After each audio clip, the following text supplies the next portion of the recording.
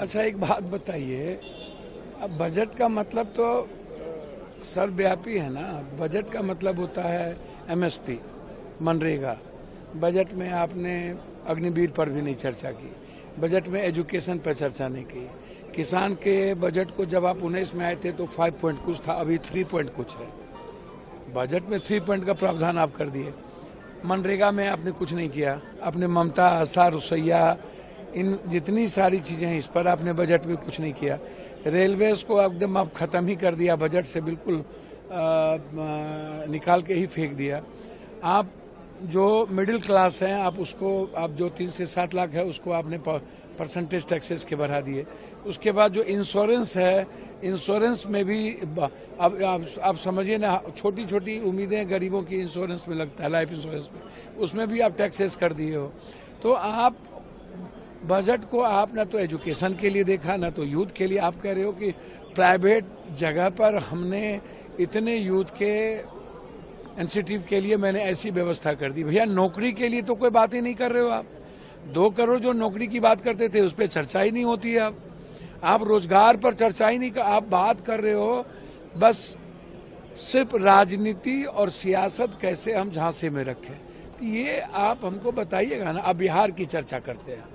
बिहार में इनसे विशेष राज मांगा गया, बिहार में इनसे विशेष पैकेज मांगे गए, और इन्होंने पहला वादा बिहार से किया था गांधी मैदान में विशेष राज देने का। दूसरा, इन्होंने 1,25,000 करोड़ रुपया की आरा में चर्चा की थी। 5,000 करोड़ रुपया इन्होंने बाढ़ पर देने की चर्चा बाढ़ में की थी। फिर केंद्रीय विश्वविद्यालय इनसे पटना का मांगते रह गया भीख, नीतीश जी को इन्होंने नहीं दिया।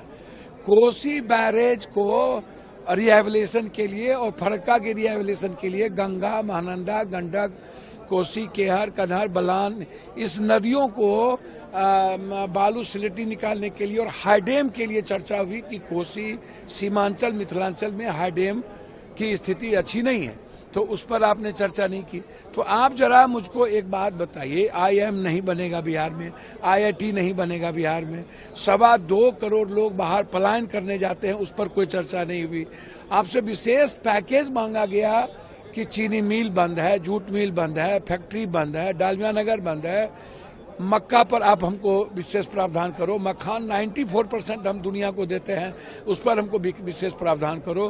दूध प्रोडक्शन पर आप हमसे चर्चा करो, फूड प्रोसेसिंग पर चर्चा करो। इस पर कोई बात नहीं। न तो आपने विशेष राज की, न विशेष पैकेज किया। आप 2 साल पहले जो बांका में विद्युत परियोजना थी उसको आप पिरपैती कर दिया। आप जो एक पुल देना था 26,000 करोड़ का, वो पहले से लंबित थी। जो दुनिया में बन रहा है उसको आपने जोड़ दिया। जो दुनिया में 1-1 लाख, 1.5 लाख करोड़ का NH बन रहा है, वहां आपने 2 NH, एक बक्सर से भागलपुर, एक पटना से पूर्णिया, जो पुरानी लंबित मामले थी अटल जी से पहले कांग्रेस के समय से, उसको आपने जोड़ दिया। ये कौन सा, ये मतलब आपने धोखा नहीं दिया, आपने ठगा नहीं, आपने पीठ में खंजर नहीं भोंका। आपने बिहार की जनता से सर्वोपरि आप सियासत समझते हैं आप लोग।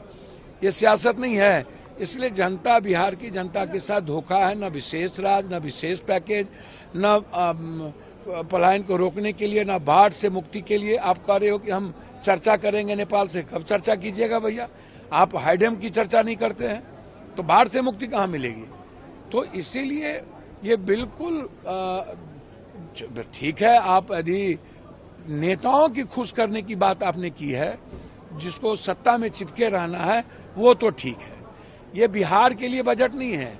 ये सपोर्ट लेने वाला नेता, जो पागलपन है बिहार की जनता के प्रति, जिनकी दीवानगी नहीं है और जिन्होंने जिता के भेजा, 30 MP के सपोर्ट के बावजूद भी विशेष पैकेज नहीं मिला, तो इससे बड़ा दुर्भाग्य हो क्या सकता।